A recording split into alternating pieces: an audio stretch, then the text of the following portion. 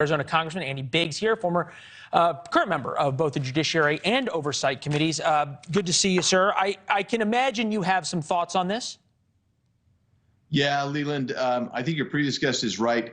This certainly looks political. And the reason it looks so political, Leland, is it is political. Merrick Garland said that he was going to be an independent arbiter when he got confirmed in the Senate, and he's been anything but. He has pursued a lot of the causes of the left in the Biden administration, and that's working out for him. That's what he wants to do, and this goes hand in glove with that.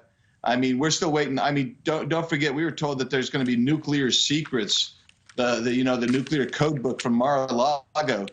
From that raid down there. But fair enough. But this sort of everything in Washington has become political, right? And I think about the announcement from the Oversight and Judiciary Committees about what they're going after. Take a listen to Congressmen Comer and Jordan. The Biden family swindled investors of hundreds of thousands of dollars, all with Joe Biden's participation and knowledge.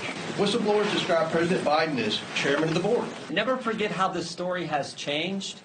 I mean, think about this. When it started off, it was, no, it's not his laptop. It's not his laptop. Then it was, well, it's his laptop, but remember, it's Russian disinformation and no one did anything wrong. Then it was, well, maybe he did something wrong, but President Biden didn't know about it. Are we getting to the point where Republicans are noun verb Hunter Biden and Democrats are noun verb January 6th in classified documents?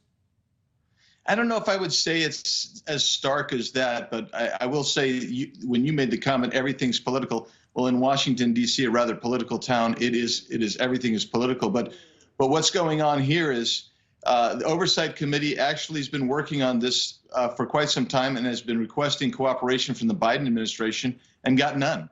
We've had two suspicious activities report leaked to us of over 150 that were issued against Hunter Biden. And those two alone, plus whistleblowers, plus Tony Bobulinski's very public statements, indicate that there was direct connection into the White House. Well, you've got to look at it to see if Biden was has been corrupted. Then you also have to remember. By way of saying, this is sort of an indictment backhandedly of Merrick Garland, saying you don't believe that he's capable of overseeing the already DOJ investigation into Hunter Biden.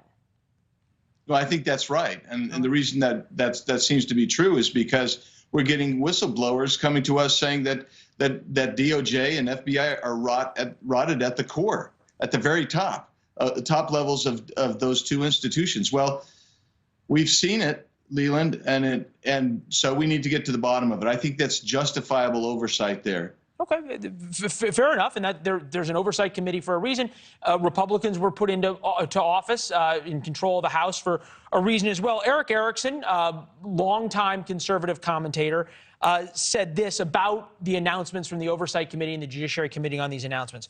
What a stupid, stupid thing to do. This is basically a big middle finger to the independents who just rejected the GOP because these voters were afraid they'd be handing the GOP over to own the lib poo flingers instead of responsible adults who actually want to govern.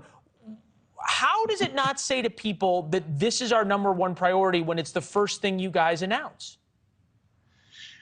Well, look, I disagree with Mr. Erickson for sure. And I would say that this is our priority, but we've also announced that we're going to go after inflation and government spending. And that's what happens. So those are tied together. So you want to go after government spending so you can reduce inflationary pressures. We also said we're going to go after the border crisis. And what happened? I notice people don't mention this. About the same time we're saying we're going to solve the border security issue, that's what we want to do. This administration says we're not going to enforce Title 42, which means more people will come in and more people will be released into the country. So we have a whole plethora of priorities that we have to deal with. And you had two committees announce what they're doing as far as investigations go. I think that's part of what Americans wanted when they elected us, as well as the policy change. And I think we have to be fair, Jim Jordan and others, you among them laid out this is exactly what we're going to do when we take the House. So you're very rare in Washington for people to do what they say they're going to do. Points for that, sir. It's good to see you. Thanks for watching. Go to newsnationnow.com to find NewsNation on your television provider. And don't forget to subscribe. Click the red button to get more of NewsNation's fact-driven, unbiased coverage.